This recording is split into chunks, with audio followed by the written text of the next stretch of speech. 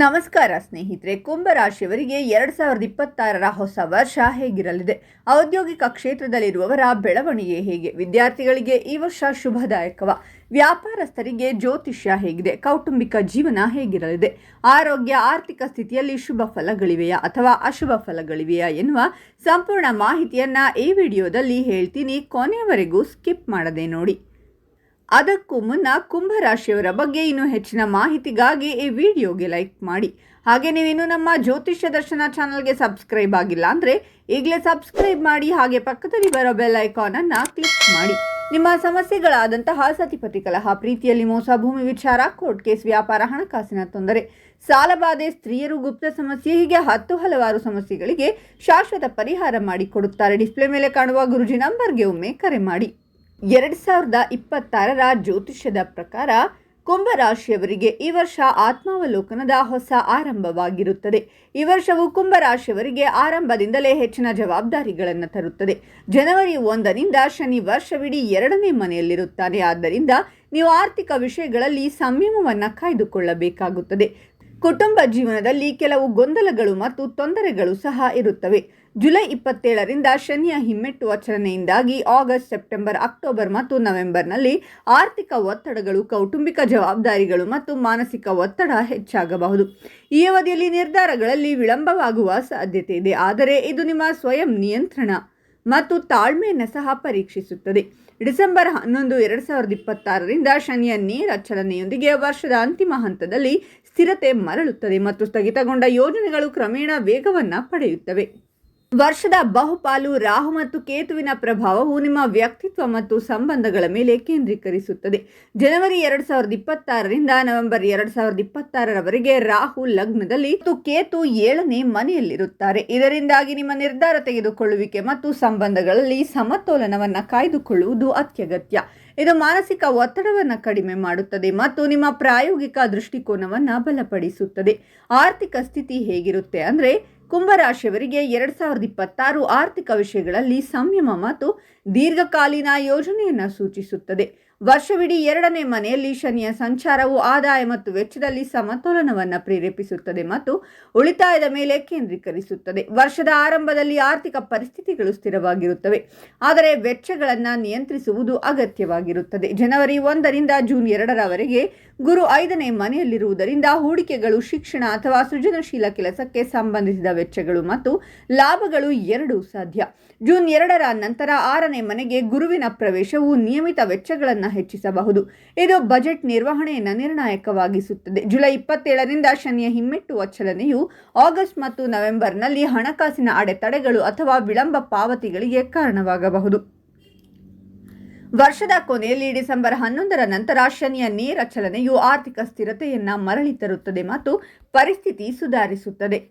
ವೃತ್ತಿ ಜೀವನ ಹೇಗಿರುತ್ತೆ ಅಂದರೆ, ಕುಂಭರಾಶಿಯವರಿಗೆ ಈ ವರ್ಷ ವೃತ್ತಿ ಕ್ಷೇತ್ರದಲ್ಲಿ ಜವಾಬ್ದಾರಿ, ಸ್ಪರ್ಧೆ ಮತ್ತು ಕ್ರಮೇಣ ಪ್ರಗತಿಯ ವರ್ಷವಾಗಿರುತ್ತದೆ. ವರ್ಷದ ಆರಂಭದಲ್ಲಿ ಜನವರಿ 1ರಿಂದ ಜೂನ್ 2ರವರೆಗೆ ಗುರುವು 5ನೇ ಮನೆಯಲ್ಲಿದ್ದು ಹೊಸ ಆಲೋಚನೆಗಳು, ಸೃಜನಶೀಲ ಯೋಚನೆಗಳು ಮತ್ತು ರಾಜಕೀಯ ಚಿಂತನೆಯನ್ನು ಪ್ರೋತ್ಸಾಹಿಸುತ್ತಾನೆ. ಈ ಸಮಯವು ಹೊಸ ಯೋಜನೆಗಳನ್ನು ರೂಪಿಸಲು, ಕೌಶಲ್ಯಗಳನ್ನು ಅಭಿವೃದ್ಧಿಪಡಿಸಲು ಮತ್ತು ಭವಿಷ್ಯದ ಹಾದಿಯನ್ನು ರೂಪಿಸಲು ಅನುಕೂಲಕರವಾಗಿರುತ್ತದೆ. ಜೂನ್ 2ರಿಂದ ಗುರುವು 6ನೇ ಮನೆಗೆ ಪ್ರವೇಶಿಸಿದ ನಂತರ ಜೂನ್ನಿಂದ ಅಕ್ಟೋಬರ್ವರೆಗೆ ಕೆಲಸದ ಹೊರೆ, ಸ್ಪರ್ಧೆ ಮತ್ತು ಜವಾಬ್ದಾರಿಗಳು ಹೆಚ್ಚಾಗಬಹುದು. ಈ ಸಮಯದಲ್ಲಿ ಉದ್ಯೋಗದಲ್ಲಿರುವ ವ್ಯಕ್ತಿಗಳು ಹೆಚ್ಚು ಶ್ರಮಿಸಬೇಕಾಗುತ್ತದೆ, ಆದರೆ ಈ ಕಠಿಣ ಪರಿಶ್ರಮವು ಶಾಶ್ವತ ಪ್ರಯೋಜನಗಳನ್ನು ನೀಡುತ್ತದೆ. ಈ ಹಂತದಲ್ಲಿ ಉದ್ಯಮಿಗಳು ಅಪಾಯಗಳನ್ನು ತಪ್ಪಿಸಬೇಕು ಮತ್ತು ಯೋಜಿತ ರೀತಿಯಲ್ಲಿ ಮುಂದುವರಿಯಬೇಕು. ವರ್ಷವಿಡೀ 2ನೇ ಮನೆಯಲ್ಲಿ ಶನಿಯ ಉಪಸ್ಥಿತಿಯು ಆದಾಯ ಮತ್ತು ವೃತ್ತಿ ಎರಡರಲ್ಲೂ ಶಿಸ್ತನ್ನು ಬಯಸುತ್ತದೆ. ಜುಲೈ 27ರಿಂದ ಶನಿಯ ಹಿಮ್ಮೆಟ್ಟುವ ಚಲನೆಯು ಕೆಲಸದಲ್ಲಿ ವಿಳಂಬ, ನಿರ್ಧಾರಗಳ ಮರು ಪರಿಶೀಲನೆ ಮತ್ತು ಆಗಸ್ಟ್ ನವೆಂಬರ್ನಲ್ಲಿ ಹೆಚ್ಚುವರಿ ಕಠಿಣ ಪರಿಶ್ರಮಕ್ಕೆ ಕಾರಣವಾಗಬಹುದು. ಡಿಸೆಂಬರ್ 11ರ ನಂತರ ಶನಿಯ ನೇರ ಚಲನೆಯು ವರ್ಷದ ಕೊನೆಯಲ್ಲಿ ವೃತ್ತಿ ಸಂಬಂಧಿತ ವಿಷಯಗಳಿಗೆ ಸ್ಪಷ್ಟತೆ ಮತ್ತು ಸ್ಥಿರತೆಯನ್ನು ತರುತ್ತದೆ. ವೈವಾಹಿಕ ಜೀವನ ಹೇಗಿರುತ್ತೆ ಅಂದರೆ, 2026ರ ವರ್ಷವು ನಿಮ್ಮ ವೈವಾಹಿಕ ಜೀವನಕ್ಕೆ ವಿಶೇಷವಾಗಿರುತ್ತದೆ. ಆದರೂ ಇದು ನಿಮ್ಮ ವೈವಾಹಿಕ ಜೀವನಕ್ಕೆ ಸ್ವಲ್ಪ ಸವಾಲಿನದ್ದಾಗಿರಬಹುದು. ಈ ಸಮಯದಲ್ಲಿ ನಿಮ್ಮ ವೈವಾಹಿಕ ಜೀವನದಲ್ಲಿ ಕೆಲವು ರೀತಿಯ ಸಮಸ್ಯೆಗಳಿರಬಹುದು. ಅಂತಹ ಪರಿಸ್ಥಿತಿಯಲ್ಲಿ ಭಯಪಡಬೇಡಿ ಮತ್ತು ಆ ಸವಾಲುಗಳನ್ನು ದೃಢವಾಗಿ ಎದುರಿಸಿ. ಈ ಸಮಯದಲ್ಲಿ ನಿಮ್ಮ ವೈವಾಹಿಕ ಜೀವನದಲ್ಲಿ ನೀವು ಅತೃಪ್ತಿಯನ್ನು ಅನುಭವಿಸಬಹುದು. ನಿಮ್ಮ ಸಂಗಾತಿಯ ಸ್ವಭಾವದಲ್ಲಿನ ಬದಲಾವಣೆಯಿಂದಾಗಿ ನೀವು ಸ್ವಲ್ಪ ನಿರಾಶೆಗೊಳ್ಳಬಹುದು. ನಿಮ್ಮ ಭಾವನೆಗಳನ್ನು ಬಿಟ್ಟು ನಿಮ್ಮ ಸಂಗಾತಿಯ ಭಾವನೆಗಳನ್ನು ಅರ್ಥ ಮಾಡಿಕೊಳ್ಳಿ. ಅವರೊಂದಿಗೆ ಸಮಯ ಕಳೆಯಿರಿ. ಪ್ರತಿಯೊಂದು ಪರಿಸ್ಥಿತಿಯಲ್ಲೂ ನೀವು ಅವರೊಂದಿಗೆ ನಿಂತಿದ್ದೀರಿ. ಅಂತಹ ಪರಿಸ್ಥಿತಿಯಲ್ಲಿ ಜೀವನ ಸಂಗಾತಿಯು ನಿಮ್ಮ ಭಾವನೆಗಳನ್ನು ಸಹ ಅರ್ಥ ಮಾಡಿಕೊಳ್ಳುತ್ತಾರೆ. ಇದರಿಂದಾಗಿ ಇಬ್ಬರ ನಡುವೆ ಸಾಮರಸ್ಯವು ಗೋಚರಿಸುತ್ತದೆ. ಮೇ ತಿಂಗಳಿನಿಂದ ನಿಮ್ಮ ವೈವಾಹಿಕ ಜೀವನಕ್ಕೆ ಸಂದರ್ಭಗಳು ಅನುಕೂಲಕರವಾಗಿರುತ್ತವೆ. ಇನ್ನು ಪ್ರೇಮ ಜೀವನದ ಬಗ್ಗೆ ಹೇಳೋದಾದರೆ, ಈ ವರ್ಷ ಪ್ರೇಮ ಮತ್ತು ಕುಟುಂಬ ಸಂಬಂಧಗಳ ವಿಷಯಕ್ಕೆ ಬಂದಾಗ ಆತ್ಮಾವಲೋಕನ ಮತ್ತು ಪ್ರಬುದ್ಧ ನಿರ್ಧಾರಗಳನ್ನು ಮಾಡಬೇಕು. ಜನವರಿಯಿಂದ ನವೆಂಬರ್ 2026ರವರೆಗೆ ರಾಹು ಲಗ್ನದಲ್ಲಿ ಮತ್ತು ಕೇತು 7ನೇ ಮನೆಯಲ್ಲಿರುವುದರಿಂದ ಸಂಬಂಧಗಳು ಕೆಲವೊಮ್ಮೆ ಗೊಂದಲ, ಅಸಮತೋಲಿತ ನಿರೀಕ್ಷೆಗಳನ್ನು ಅನುಭವಿಸಬಹುದು. ಆದ್ದರಿಂದ ಸಂಯಮ ಮತ್ತು ಸ್ಪಷ್ಟ ಸಂವಹನ ಅತ್ಯಗತ್ಯ. ವರ್ಷದ ಉತ್ತರಾರ್ಧದಲ್ಲಿ ಅಕ್ಟೋಬರ್ 31ರಿಂದ ಗುರು 7ನೇ ಮನೆಗೆ ಪ್ರವೇಶಿಸುತ್ತಾನೆ. ಇದು ನವೆಂಬರ್ ಮತ್ತು ಡಿಸೆಂಬರ್ನಲ್ಲಿ ಸುಧಾರಿತ ಸಂಬಂಧಗಳು, ಹೆಚ್ಚಿನ ತಿಳುವಳಿಕೆ ಮತ್ತು ಸಹಕಾರಕ್ಕೆ ಕಾರಣವಾಗುತ್ತದೆ. 2026ರ ಕುಂಭ ರಾಶಿ ಚಕ್ರದ ಜಾತಕದ ಪ್ರಕಾರ ಸಂಬಂಧಗಳು ಉಳಿಯಲು ತಾಳ್ಮೆ ಮತ್ತು ಸೂಕ್ಷ್ಮತೆಯನ್ನು ಕಾಪಾಡಿಕೊಳ್ಳುವುದು ಅತ್ಯಗತ್ಯ. ಇನ್ನು ಶಿಕ್ಷಣದ ಬಗ್ಗೆ ನೋಡೋದಾದರೆ, ಕುಂಭ ರಾಶಿಯ ವಿದ್ಯಾರ್ಥಿಗಳಿಗೆ ಈ ವರ್ಷ ಕಠಿಣ ಪರಿಶ್ರಮ, ಏಕಾಗ್ರತೆ ಮತ್ತು ಕ್ರಮೇಣ ಯಶಸ್ಸಿನ ವರ್ಷವಾಗಿರುತ್ತದೆ. ಜನವರಿ 1ರಿಂದ ಜೂನ್ 2, 2026ರವರೆಗೆ ಗುರುವು 5ನೇ ಮನೆಯಲ್ಲಿರುತ್ತಾನೆ. ಶಿಕ್ಷಣ, ಸ್ಪರ್ಧಾತ್ಮಕ ಪರೀಕ್ಷೆಗಳು ಮತ್ತು ಸೃಜನಶೀಲ ವಿಷಯಗಳಲ್ಲಿ ಯಶಸ್ಸಿಗೆ ಸಹಾಯ ಮಾಡುತ್ತಾನೆ. ಇದು ಹೊಸ ವಿಷಯಗಳನ್ನು ಕಲಿಯಲು ಮತ್ತು ಆತ್ಮವಿಶ್ವಾಸವನ್ನು ಬೆಳೆಸಲು ಸೂಕ್ತ ಸಮಯ. ಜೂನ್ 2ರ ನಂತರ ಗುರುವು 6ನೇ ಮನೆಗೆ ಪ್ರವೇಶಿಸುತ್ತಾನೆ. ಅಧ್ಯಯನದಲ್ಲಿ ಒತ್ತಡ ಮತ್ತು ಶಿಸ್ತಿನ ಅಗತ್ಯವನ್ನು ಹೆಚ್ಚಿಸುತ್ತಾನೆ. ಈ ಹಂತದಲ್ಲಿ ಸ್ಥಿರ ಅಭ್ಯಾಸ ಮತ್ತು ಸಮಯ ನಿರ್ವಹಣೆ ಅತ್ಯಗತ್ಯ. ವರ್ಷದ ಕೊನೆಯ ಭಾಗದಲ್ಲಿ 7ನೇ ಮನೆಗೆ ಗುರುವಿನ ಪ್ರವೇಶವು ಮಾರ್ಗದರ್ಶಕರು ಮತ್ತು ಶಿಕ್ಷಕರಿಂದ ಬೆಂಬಲವನ್ನು ತರುತ್ತದೆ.